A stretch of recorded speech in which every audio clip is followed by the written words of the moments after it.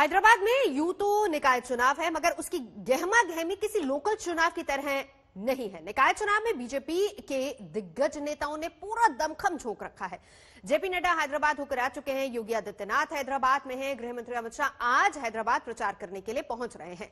BJP के दिग्गज नेताओं का यही प्रचार करना ओवैसी को अखर रहा है। अब की बार कौन जीतेगा हैदराबाद का निकाय चुनाव?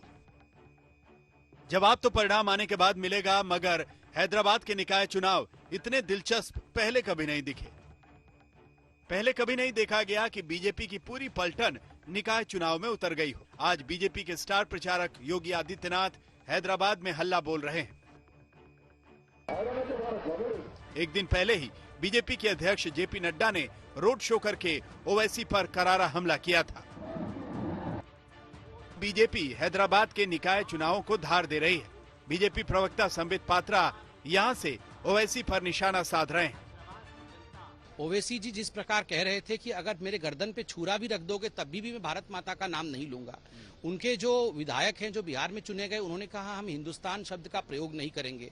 उनके लोग कह रहे हैं कि ग्रेटर हैदराबाद के अंदर जो ओल्ड सिटी है, ओल्ड सिटी के मुखिया, ओल्ड सिटी के सीएम ओवैसी ही हैं। ये किस प्रकार की बातें हैं? और 15 मिनट पुलिस हटा दो, उसके बाद देखो दूसरों का हश्र क्या होता है। ये सब किसने कहा था?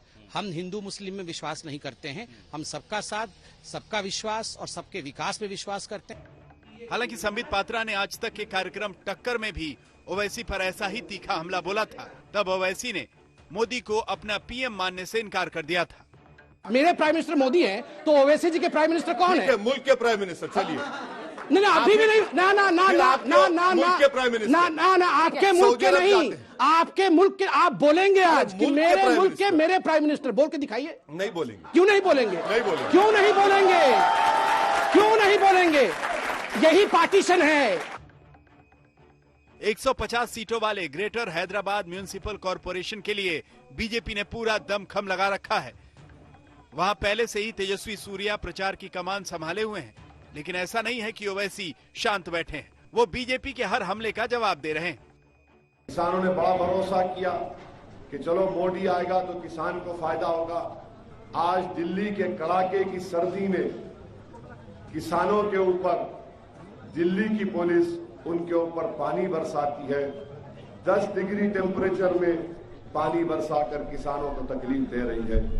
हर महाज पर ये हुकूमत नाकाम साबित हुई है बीजेपी की। ओवैसी तो हमला बोल ही रहे हैं, मगर उनके भाई अकबरुद्दीन ओवैसी भी अपने ही अंदाज में मोदी और योगी पर हमले कर रहे हैं। और ये कलमा पढ़ने वाला मुसलमान हूं, किसी के बाप से डरने वाला नहीं हूं, ना ही कल के चाय वाले से डरने वाला, ना ही कोई योगी खोगी से डरने वाले हैं। वैसे कहने के लिए तो निकाय चुनाव में 4 प्रमुख पार्टियां हिस्सा ले रही हैं, टीआरएस, कांग्रेस, एआईएमआईएम और बीजेपी, मगर असली रंग बीजेपी और एआईएमआईएम के बीच ही दिख रहा है। सवाल है क्यों?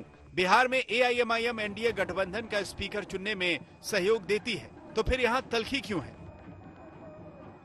जवाब के तौर पर यूं मानिए कि बीजेपी को लगता है कि कर्नाटक के बाद तेलंगाना ही वो राज्य है जहां वो अपनी पैठ बना सकती है। यहाँ कांग्रेस कमजोर है, चंद्रबाबू नायडू से लोग खफा हैं, टीआरएस मजबूत जरूर है, लेकिन अगर बीजेपी ओवैसी को उन्हीं के गढ़ में मात देने में सफल होती है तो विधानसभा चुनाव के लिए उसकी ताकत और बढ़ेगी।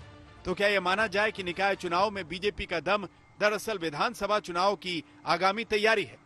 हैदराबाद से आशीष पांडे के साथ आज तक ब्यूरो।